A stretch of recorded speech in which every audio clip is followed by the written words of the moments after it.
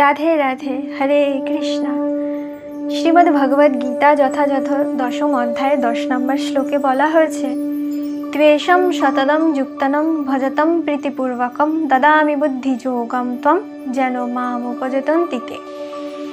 এই শ্লোকের অনুবাদ হচ্ছে, ভগবান বলছেন, যারা ভক্তিযোগের দ্বারা প্রীতিপূর্বকম আমায় ভজনা করে, আমায় ভজনা নিত্যযুক্ত, আমি তাদের শুদ্ধ জ্ঞানজনিত বুদ্ধি দান করি, যার দ্বারা তারা আমার কাছে ফিরে আসতে পারে। এর তাৎপর্য হচ্ছে, এই শ্লোকে বুদ্ধিযোগম কথাটির অর্থ তাৎপর্যপূর্ণ।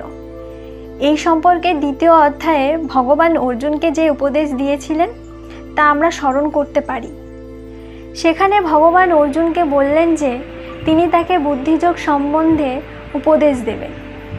এখানে সেই বুদ্ধিযোগের ব্যাখ্যা করা হয়েছে। বুদ্ধিযোগের অর্থ হচ্ছে কৃষ্ণ ভাবনাময় কর্ম, সেটি হচ্ছে সর্বশ্রেষ্ঠ বুদ্ধিবৃত্তি।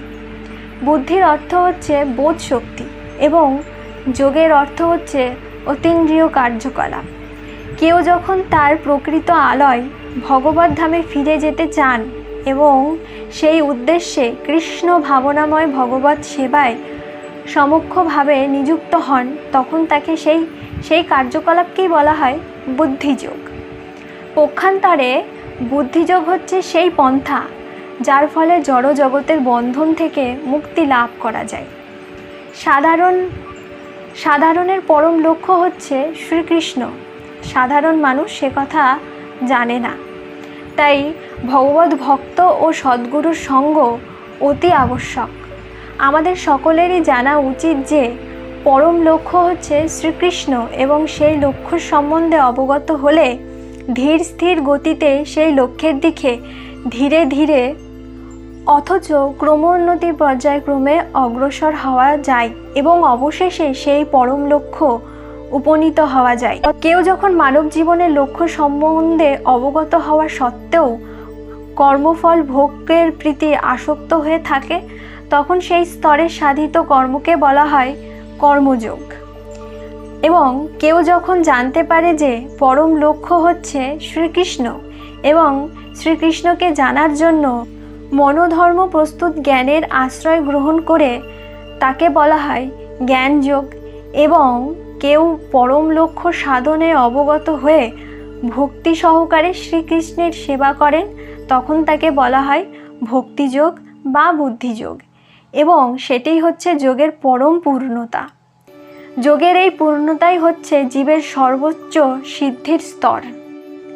কেউ সদ্গুরুর আশ্রয় প্রাপ্ত হয়ে কোনো পারমার্থিক সংস্থার সঙ্গে যুক্ত হতে পারে, কিন্তু পারমার্থিক উন্নতি সাধনের জন্য যথার্থ বুদ্ধি যদি তার না থাকে, তাহলে শ্রীকৃষ্ণর অন্তঃস্থল থেকে তাকে যথাযথভাবে নির্দেশ প্রদান করে, যার ফলে তিনি অনায়াসে তার কাছে ফিরে যেতে পারেন।